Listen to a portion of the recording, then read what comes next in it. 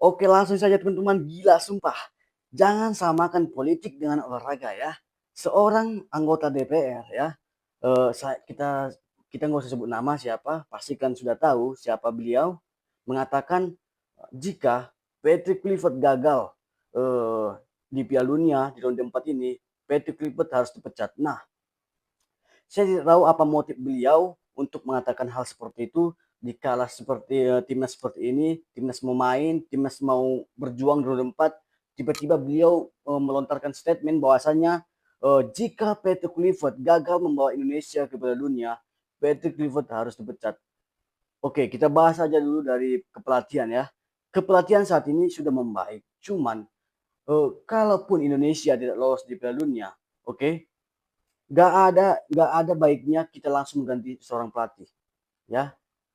Bahkan Mancini sekalipun pelatih kita tidak akan bisa langsung lolos ke Piala Dunia. Kalian harus yakin teman-teman ya. Sebenarnya memang nggak ada tim atau timnas yang tiba-tiba langsung ke Indonesia, nggak ada. Baru kali ini, baru Indonesia saja yang bisa seperti ini. Jadi walaupun nanti Patrick Kluivert nggak bisa bawa Indonesia lolos ke Piala Dunia, menurut saya tidak ada kalanya, tidak ada hal itu yang membuat alasan menjadi alasan bahwasanya Patrick Kluivert harus dipecat. Karena kita dengan Patrick Kluivert ini memiliki pekerjaan jangka panjang, ya. Apalagi kita sudah bekerja sama dengan KFB ya dari Belanda. Nah,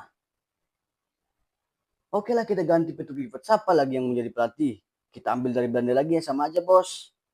Ya, kalau memang dibanding-bandingkan STY dengan Patrick Kluivert, kalau seorang anggota DPR mengatakan Patrick Kluivert itu memakai apa ya saya katakannya, beliau mengatakan Patrick Kluivert diberi fasilitas yang mewah. Nah, Sinteyong sendiri gimana bos? Sama aja.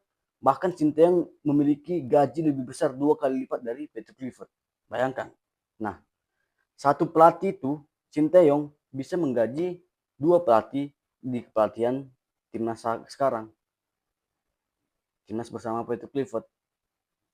Dan saya tidak tahu juga motifnya apa. Selama Pratama Arhan dimainkan oleh Sinteyong, tidak ada komentar dari beliau, tidak ada komentar dari anggota DPR ini tersebut.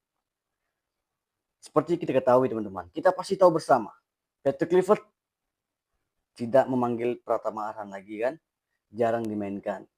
Kenapa? Karena Patrick Kluivert membutuhkan pemain yang memiliki kecepatan, ya, total football, ya, mungkin itu yang membuat beliau agar menggeser seorang Patrick Kluivert ya. Kita nggak tahu ya. Tapi kalau dicermati, kalau dipikir-pikiri, ya mungkin mengarah ke situ sedikit ya. Ya, kurang lebih mengarah ke situ. Bisa kita katakan 50-50 lah, 50% lah untuk mengarah ke situ ya. Tapi ya, menurut saya tidak ada alasan ya untuk mengganti seorang Patrick Kluivert. Oke? Tidak ada alasan untuk mengganti seorang Patrick Kluivert. Apalagi mau menjadi alasannya? Hah? Dari segi bahasa, oke. Semua pemain tahu bahasa Inggris. Patrick Kluivert tahu bahasa Inggris. Hah? Dari segi kultur ya, Patrick Kluivert Belanda. Pemain naturalisasi kita banyak dari Belanda. Nah, jadi tidak ada masalah lagi di kepelatihan ini. Apalagi ada Alex Pastoor, Dini Lanjat. Apalagi yang kurang bos? Hah? Apalagi yang kurang? Gitu loh. Kalau dibanding-bandingkan dengan Sinteyong, Sinteyong banyak kekurangan sebenarnya dari segi bahasa, dari segi kultur. Kita berbeda kali gitu. Tapi kalau dengan Belanda, kita sedikit ada kesamaan dengan Belanda. Ya jadi tidak ada menurut saya tidak ada alasannya untuk memecat Patrick Kluivert. Tidak ada alasannya. Saya tidak setuju kalau Patrick Kluivert dipecat, dan walaupun ya seorang anggota DPR ini saya heran dengan sepak bola Indonesia. Makanya sepak bola Indonesia ini kurang maju, susah majunya. Kenapa? Politik dengan olahraga itu saling berkaitan dibuat. Sedangkan itu harus berbeda, harus berpisah. Jangan disamakan politik, olahraga gitu loh. Mungkin teman-teman paham lah tentang ini. Ya, mungkin itu saja teman-teman yang bisa saya sampaikan. kalian bisalah menilai sendiri mana yang baik, mana yang benar, dan mana yang baik untuk timnas Indonesia. Jangan lupa di like, di komen, dan di subscribe. Terima kasih.